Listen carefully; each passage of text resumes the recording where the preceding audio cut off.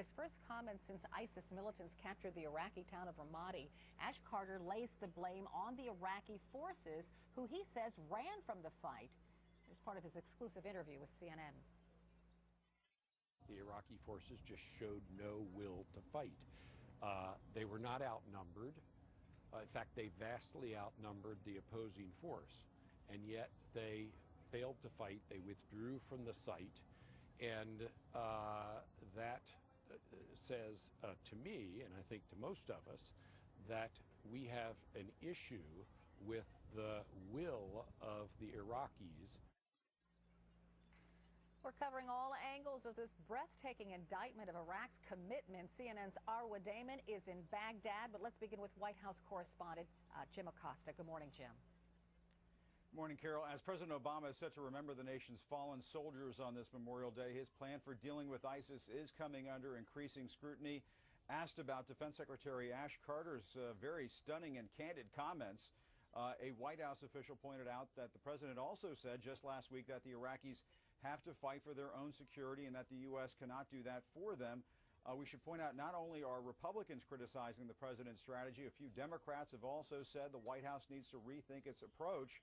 House Democrat Tulsi Gabbard, who is also an Iraq War veteran, is echoing Secretary Carter's concern that the Iraqis just don't have the will to fight. She and Illinois Republican Congressman Adam Kinzinger were both on CNN's State of the Union yesterday, debating whether or not more U.S. troops need to be sent in to battle ISIS. Here's what they had to say. After the United States pulled out, you saw how these Iraqi security forces lasted. They cut and ran and dropped their weapons when they were faced with their first real battle with ISIS. So the issue here is not about how many U.S. troops can be sent to train these Iraqi security forces, because you can't train into someone the will to fight.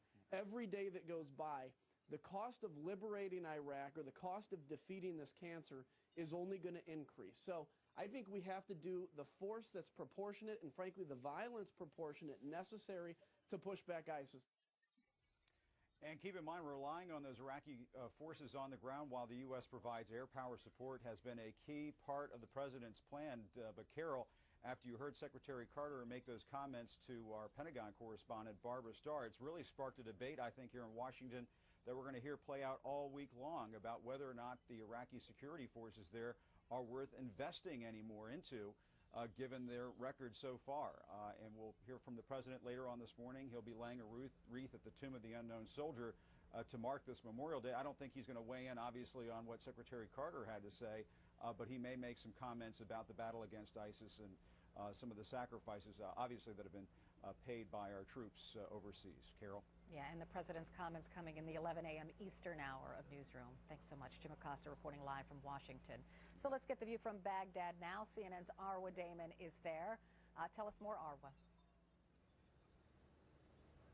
Hi, Carol. Well, we did hear Iraq's prime minister in an interview with the BBC expressing his surprise at Carter's comments, saying that he must have somehow been misinformed that Ramadi would be back in government hands in just a few days. Iran also lashing out. General Qasem Soleimani, the head of the Quds Force, who himself has spent time fighting in Iraq, advising the Iranian-backed Shia militias in Iraq, saying it was in fact the U.S. that has no will to fight ISIS, saying that America is doing nothing, and adding today nobody is confronting ISIS properly except Iran, even the countries that Iran is supporting. Now, we did meet with an Iraqi soldier whose brigade was among the last to withdraw from Ramadi. His account and the videos we saw providing some insight into what went wrong. The chaotic final moments captured on a cell phone.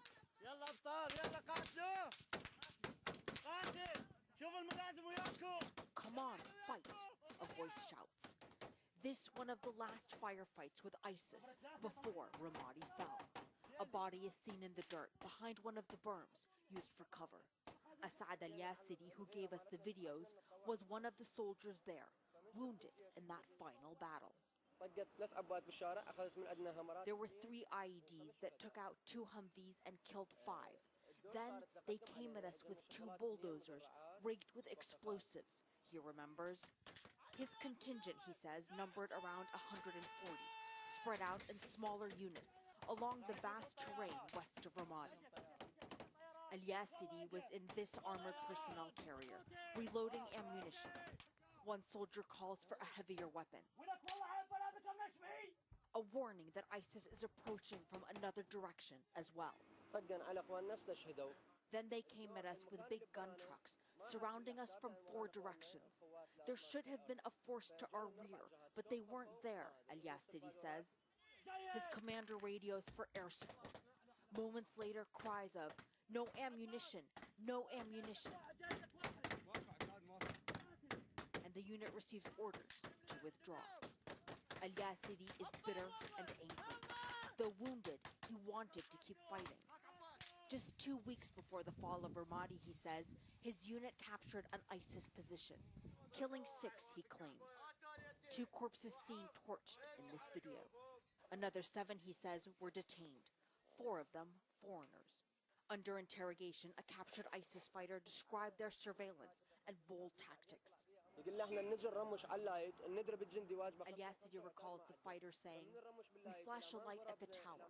We know that there are only 28 soldiers and in 5-hour rotations, and that there is a lack of ammunition. If the soldiers don't fire at us, then we crawl and plant the bomb." Al-Yasidi bristles at the accusation that Iraqi soldiers don't have the will to fight. He wants to quit the army and join the militias. The failure is with the military higher-ups, he says, who gave the orders to retreat and allowed supply lines to fail and front lines to collapse. And Carol, in an attempt to try to recapture Ramadi, the Iraqi government has massed forces along that city's eastern front. Quite a patchwork of forces, though, a combination of military police, those Iranian-backed Shia paramilitary units, as well as using the Sunni tribes in defensive positions. All right, Arwa Damon reporting live from Baghdad. Very enlightening. Thank you so much. And on this Memorial Day, a nation pauses to honor the sacrifices of those who served in the U.S. military. Right now in Washington, a day of remembrance and reflection begins to unfold. Next hour, President Obama honors the war dead at Arlington National Cemetery. I'll be right back.